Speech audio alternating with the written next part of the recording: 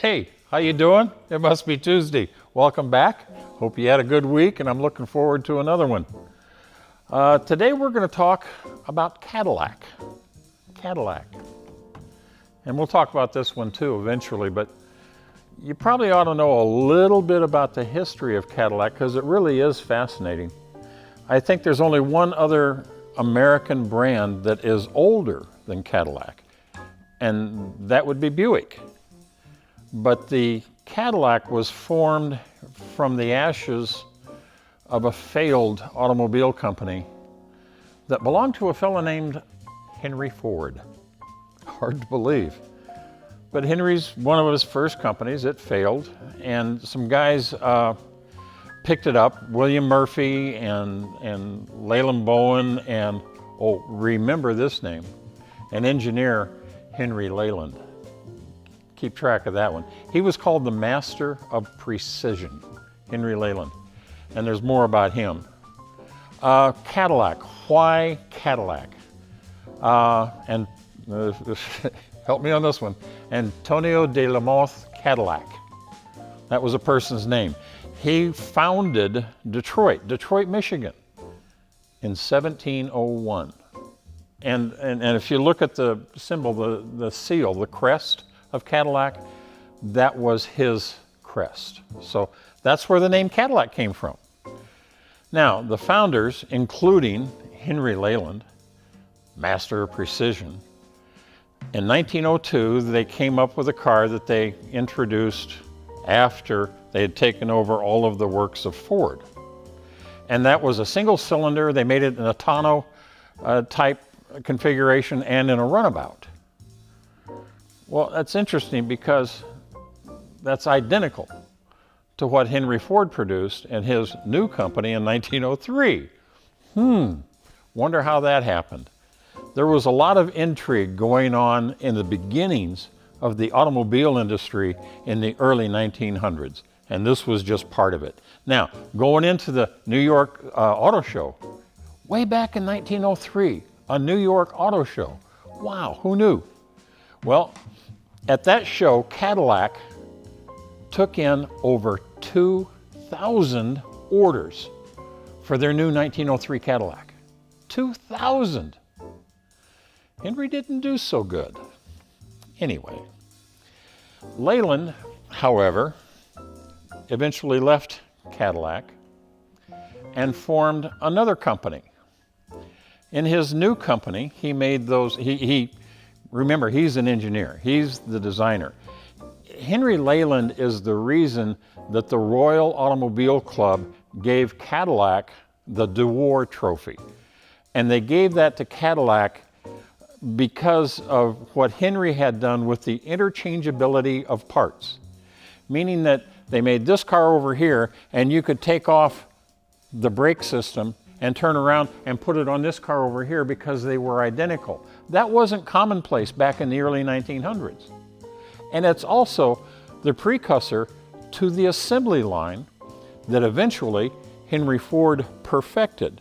First, you had to have interchangeable parts, and that was Henry Leyland that came up with that. So they gave him the DeWar Trophy because of the interchangeability of parts. And that's also how Cadillac got to be known as and adopted as their slogan, Standard of the World, Cadillac. That used to be their big advertising campaign. Anyway, Henry Leyland, during the war, he's the one that engineered and developed the V12 Liberty engine. And lots of historians claim that to be the motor that won the war. Well, what else was attached to that V12 Liberty? Oh, it was the name of the new company that Henry Leyland had created. What was that company? Oh, that was Lincoln. Lincoln? Yeah, Lincoln. Henry Leyland's Lincoln.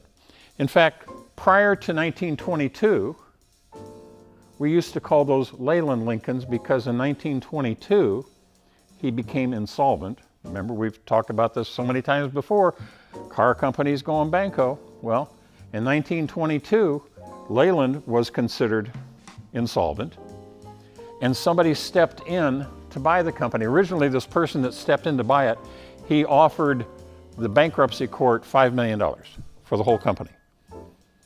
Well, the judge said no to that because everybody knew the company was worth at least $16 million. So this person came back and said, okay, I'll give you $8 million for it. This is 1922. Well, that person that paid $8 million for Henry Leyland's Lincoln Motor Company was none other than Henry Ford. It keeps going round and round. It's an interesting history from the 1900s up into the late 20s, how all of these car companies evolved and came to be. Wow, get into it. The history of American automobile is fascinating. Let's jump forward. Post-war General Motors. By the way, do you know the difference between vertical and horizontal marketing? Well, in vertical marketing, this is the pinnacle in the late 40s and early 50s. This is Cadillac. Okay, Cadillac, Buick, Oldsmobile, Pontiac, Chevrolet. That's the vertical. Well, what's the horizontal? Convertible, two-door, four-door, wagon, truck in each brand. That's the simplistic explanation. This one is a 1951 Cadillac. It's one of my favorite cars on the planet. And this is a guy, the designer, that you've heard me talk about many, many times before. Harley J. Earl was the designer of Detroit, of America, in the 40s, 50s, and influenced all the way into the 60s, and some of his design concepts took us into the 70s and 80s. Harley J. Earl has to be one of the most influential designers ever to come onto the scene.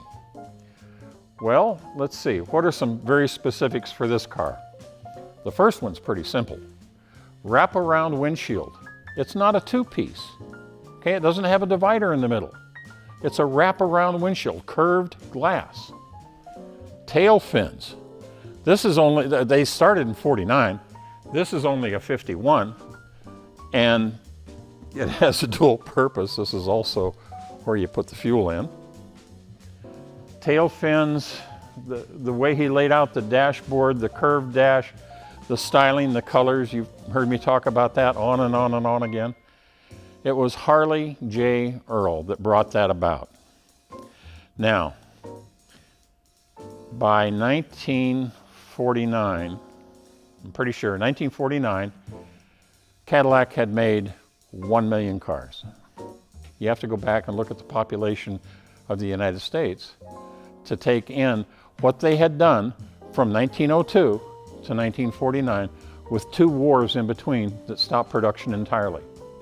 And then you begin to get an idea of how fantastic this achievement was to do 1 million cars by 1949. Well, in 1951, in 1 year, they sold 100,000 cars in 1 year. This is how fast it was going. Harley J. Earl was right at the forefront of all of this. This is a 51, this is a convertible, this is a top of the heap. It's a 331 cubic inch V8. It put out about 160 horsepower. Top speed was under 100 miles an hour, but getting right close to it. It's a Series 62, and they made the Series 62 all the way back from 1946 up to 1958. And I think this is just one of the most stylish automobiles ever built. I have lusted after this car for many, many years. It belonged to the late Mr. Mark Trimble. And I've had the good fortune of being able to drive this a lot, and I will continue to do so as long as it's around and available to me. Anyway, that's some, not all, but some of the history of Cadillac. I hope you enjoyed that, and I hope to see you again next week. Have a great week.